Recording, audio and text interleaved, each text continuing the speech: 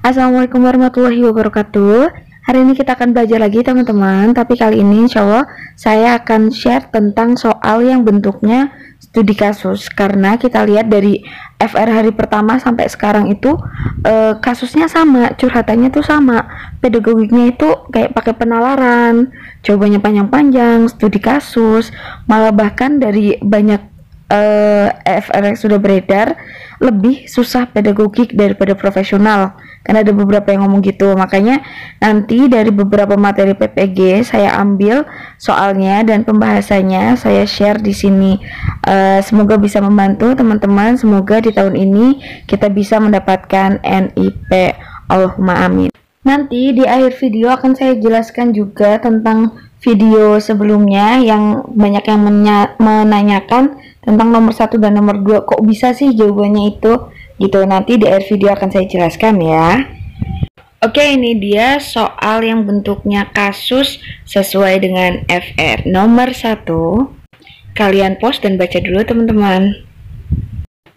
Di sini pertanyaannya adalah upaya merancang pengayaan bagi peserta didik. Nah, apa sih kegiatan pengayaan yang baik? Kalau yang A, memberikan tambahan materi berupa sumber ajar dari pengarang yang berbeda. Ini jelas salah. Sumber materi itu tidak dipengaruhi dari pengarangnya. Jadi kita harus tahu dulu apa sih arti dari pengayaan, apa sih arti dari remedi.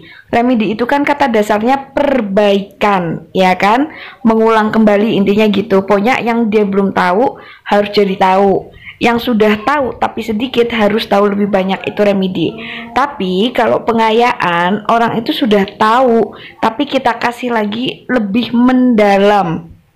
Jadi konsep dari pengayaan itu adalah pendalaman dan perluasan dari kompetensi yang sedang dipelajari. Ingat ya, pendalaman dan perluasan kompetensi yang sedang dipelajari. Oke, kembali lagi ke soal. Pilihan A jelas salah ya, nggak ada kaitannya dengan pengarang buku. Mau beda nggak apa-apa ya. Lanjut yang B, memberikan tes tambahan dengan tingkat kesukaran lebih tinggi. Pengayaan bukan mengetes lagi. Pengayaan tuh nggak ngetes lagi, tapi pemberian materi yang lebih mendalam, intinya gitu. C, memberikan tambahan sumber bacaan yang lebih mendalam dan tingkat variasi yang tinggi berikut instrumen tesnya yang sesuai. Nah, ini tepat. Instrumen tes itu bukan berarti memberikan tes ya. Dan di sini ada kata kunci memberikan sumber bacaan yang lebih mendalam dengan tingkat variasi yang lebih tinggi agar lebih luas pengetahuannya. Yang D, diberikan soal serupa untuk memastikan tingkat keberhasilan siswa. Enggak. Nah, yang E, diberikan materi bahan ajar yang lebih tinggi tingkatannya dan mengerjakan soal-soal yang memiliki kesulitan tinggi. Sekali lagi, kalau yang namanya pengayaan, anak itu kalau mau diberi soal atau diberi tugas itu dalam bentuk kelompok, tidak dengan individu. Kalau individu hanya diberikan materi agar lebih mendalami atau materi agar lebih paham banget gitu loh. Jadi jawaban yang paling tepat adalah C. Nomor 2, sebagai seorang guru dengan peserta didik yang memiliki permasalahan di kelas yang berbeda-beda, tentu Anda memiliki cara tersendiri menghadapinya. Nah, kata kuncinya siswanya atau peserta didiknya masalahnya beda-beda di dalam kelas. Nah, kira-kira yang sesuai mana sih pilihan A, B, C, D, atau E? Silakan di-pause dan dibaca. Oke teman-teman, silakan dibaca pilihannya. A, B, C, D, E itu pilihannya bagus-bagus banget. Nah, tugas kita adalah mencari yang terbaik. Yang terbaik, yang paling efisien, yang paling efektif itu apa sih? Kita lihat pilihan yang A. Mendengarkan keluhan dan melayani kebutuhan serta minat masing-masing siswa. Ini bagus, tapi tidak efektif. Kita harus mendengarkan satu-satu gitu ya. Oke, yang B. Menyampaikan materi pelajaran yang dikaitkan dengan kegunaan di kehidupan nyata. Bagus banget ini. Jadi siswa itu akan lebih mudah apapun masalahnya kalau kita menyampaikannya dikaitkan dengan kehidupan nyata, siswa itu lebih mudah dalam menangkap materi yang kita sampaikan. Yang C, memberikan pengarahan dengan jelas dan dimengerti oleh masing-masing peserta didik. Iya benar, tapi ini terlalu umum. Gimana caranya biar dimengerti? Ini masih terlalu general atau umum ya. D, menggunakan pendekatan pengajaran yang lebih problematik sehingga siswa terdorong untuk berpikir. Di sini malah lebih cenderung memberatkan siswa ya. Siswa itu berpikir. Ini ada bagusnya melatih siswa untuk berpikir HOTS, Higher Order Thinking Skill. Tapi di sini kan cara memecahkan masalah, kita pecahkan dulu masalahnya. Caranya gimana ya, menjelaskan biar jelas dulu, baru melatih siswa untuk berpikir kritis seperti itu. Yang E, menunjukkan toleransi yang sama kepada semua siswa. Ini salah ya, nggak ada kaitannya dengan toleransi. Jadi teman-teman kalau nemu soal seperti ini jangan buru-buru membacanya, yang teliti. Kita harus penalar. Pilihannya semuanya itu baik-baik semua, tapi kita harus pilih yang paling baik, yang paling efektif ya, yang paling efisien itu yang mana sih, seperti itu. Oke, lanjut nomor 3. Nah, ini kaitannya dengan teori Piaget. Kemarin ada yang bilang kalau teori Piaget keluar. Silahkan dibaca dulu teman-teman. Kata kuncinya di sini sebenarnya ada kata operasi konkret. Konkret itu nyata. Anak-anak di usia itu lebih belajar dari apa yang dia lihat. Nyata gitu loh. Visual, lebih ke visualnya. Sekarang kita lihat. Proses pembelajarannya harus menekankan pada apa sih? A, B, C, D, E. Yang paling tepat adalah A. Penggunaan media, alat peraga termasuk sumber belajar. Di sini ada media dan alat peraga karena sekali lagi di usia 7 sampai 12 tahun itu perkembangannya operasi konkret, nyata, lebih melihat gitu loh. Jadi si anak ini lebih suka kalau ada yang mendemonstrasikan entah dengan alat peraga, media atau yang lain seperti itu. Jadi jawabannya adalah A. Berikutnya nomor 4. Soalnya lumayan panjang, silahkan dibaca dulu teman-teman. Nah, sebenarnya kalau soalnya panjang gini tetap ada yang namanya kata kunci. Kata kuncinya ya di pertanyaan. Kegiatan pengayaan. Sekali lagi, yang namanya kegiatan pengayaan itu lebih cenderung ke mendalami atau memperluas materi yang sudah dibahas.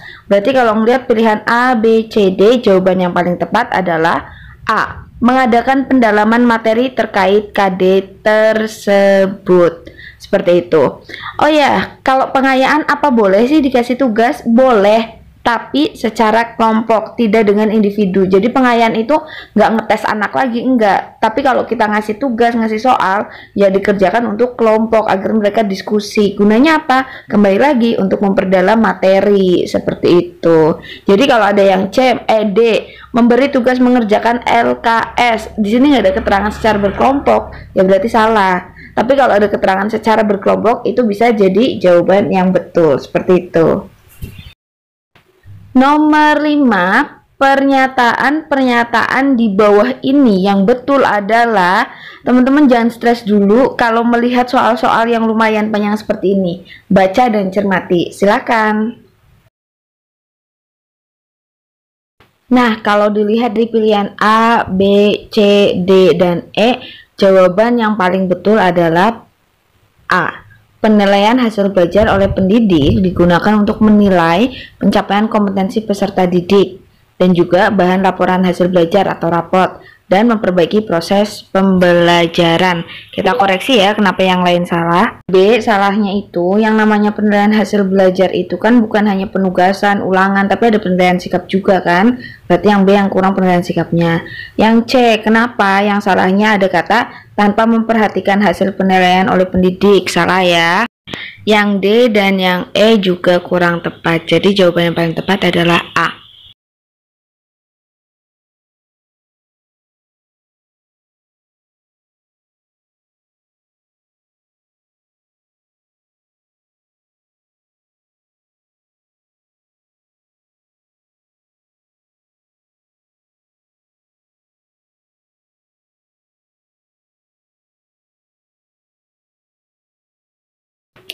Oke, lanjut nomor 6. Ini kaitannya dengan penilaian. Silahkan dibaca dulu. Bagaimana sih cara mengukur tingkat penguasaan siswa? Sebenarnya mengukur tingkat penguasaan siswa itu sama dengan kita menilai, memberikan nilai. Kira-kira betulnya berapa persen sih? Coba di sini. Dia bisa menjawab 8 soal, ya kan? Rumusnya jawaban yang betul 8 soal dibagi semua soal 10 dikalikan 100%. Kita ketemu dong jawabannya gampang, A 80. Ini kalau ditanyakan persennya. Tapi kalau ditanyakan kriterianya berarti 80 itu masuknya adalah baik atau bagus. Nah, kriterianya, persen-persenannya ini dia. Kalau tingkat penguasaan siswa kurang dari 70%, itu berarti tandanya adalah kurang. 70 sampai 79 itu tandanya cukup. 80 sampai 89% itu tandanya baik, dan 90 sampai 100 itu tandanya baik sekali atau amat baik. Itu adalah tingkat penguasaan siswa. Lanjut, nomor 7. Jika seorang guru ingin melakukan kegiatan remedi, maka salah satu prinsip yang penting dipahami guru dalam merancang program remedial apa sih? Yuk kita langsung lihat. A. Membuat rancangan pembelajaran khusus untuk siswa peserta remedi. Salah ya, jadi kita nggak perlu buat RPP khusus remedi, nggak perlu. RPP kita ya udah itu satu. Ya, oke. Yang B, menggunakan rancangan pembelajaran yang telah dibuat dengan memperhatikan hasil temuan analisis evaluasi belajar siswa. Nah, jawaban yang paling tepat adalah yang D. Kenapa? Kita pakai RPP kita. Karena apa? Karena di dalam RPP kita itu kan udah mencakup materi untuk remedi, pengayaan, seperti itu. Jadi kita tinggal lihat hasil aja. Evaluasi belajar siswanya gimana. Kalau banyak yang remedi ya menggunakan materi remedi dengan RPP yang sudah kita buat. Kita nggak usah buat RPP lagi untuk anak-anak yang remedi, nggak usah gitu. Yang C, jelas salah ya, menurunkan standar ketuntasan. Jangan diturunkan, tetap aja ya, nggak boleh diturunkan. Nah, yang D juga salah, menggunakan rancangan pembelajaran baru. Salah, nggak usah buat rancangan pembelajaran baru intinya. Yang E, merancang tes ulang saja tanpa ada pengulangan penjelasan materi. Ya salah. Nah, itu kebanyakan realitanya kalau remedi itu kan hanya mengerjakan soal saja. Sebenarnya itu kurang tepat. Kita harus menjelaskan materinya lagi. Setelah itu baru kita memberikan tes ulang. Jadi harus disertai dengan penjelasan atau pengulangan penjelasan materi. Seperti itu.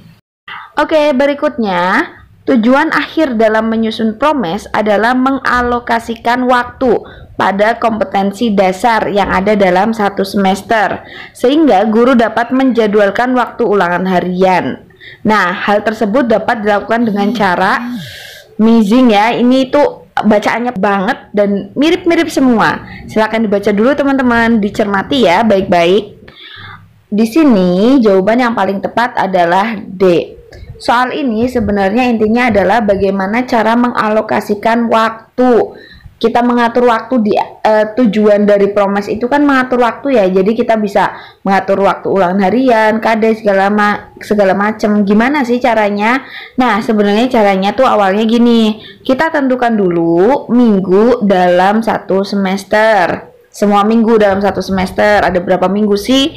Nah, ini ada tabelnya. Misalnya Juli itu ada berapa minggu? Agustus ada berapa minggu dan seterusnya.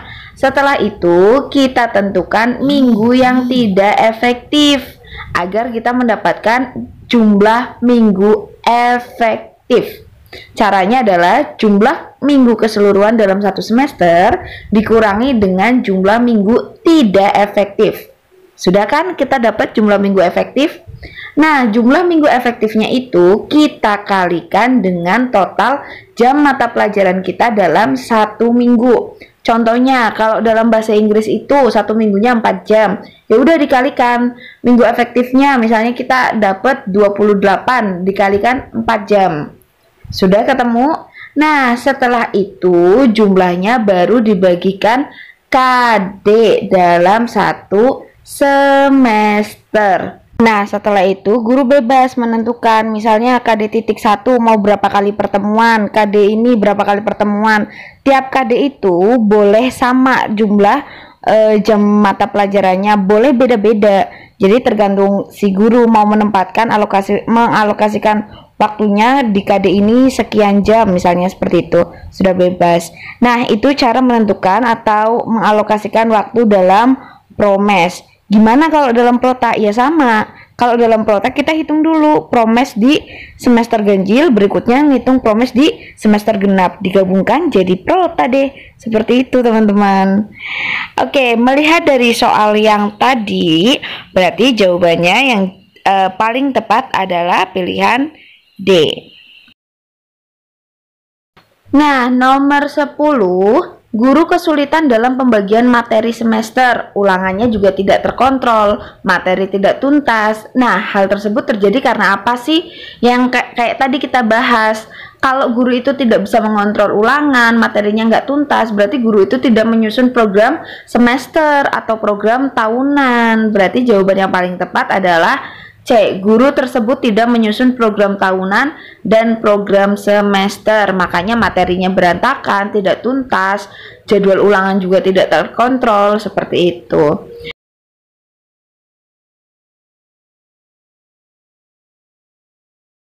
Nah, kemarin ada raratan di nomor 1 ini. Sebenarnya soal ini saya juga nggak buat soal ini, saya hanya ambil di latihan formatif, tes formatif dan sumatif di modul PPG. Dan ternyata kalau dilihat dari poin nomor 4 memang ada keterangan setiap bulan dalam 1 tahun, berarti harusnya ini pertanyaan tentang seperti itu. Terima kasih teman-teman atas koreksiannya, karena kita di sini saling sharing, belajar bersama. Nah, berikutnya ada pertanyaan lagi nih yang nomor 2. Nah, nomor 2 kemarin ada yang tanya, itu kok komponnya masih kurang? Nah, ini dia, soal-soal yang keluar itu kadang jawaban kita lihat pilihan A, B, C, D, dan E itu sama sekali tidak ada pilihan yang komponennya lengkap atau sempurna. Nah, tugas kita di sini menalar, berpikir kritis, berpikir hot gitu loh. Kira-kira yang paling mendekati sempurna yang mana sih? Yang paling mendekati betul itu yang mana sih? Sedangkan pilihannya itu kalau bisa dibilang ya salah semua karena nggak sempurna. Ada komponen-komponen yang hilang di antara A sampai E, seperti itu. Jadi kita lihat soalnya ada kata sekurang-kurangnya, berarti minimal kalau RPP itu ada apanya sih, bukan semua komponen lengkap, karena ada di kata mencakup sekurang-kurangnya, seperti itu. Jadi kita harus jeli ya teman-teman. Berikutnya teman-teman bisa komen di bawah kira-kira yang mau kita bahas apa sih. Kemungkinan video berikutnya kita akan bahas tentang pengelolaan kelas dan indikator. Oke, see you.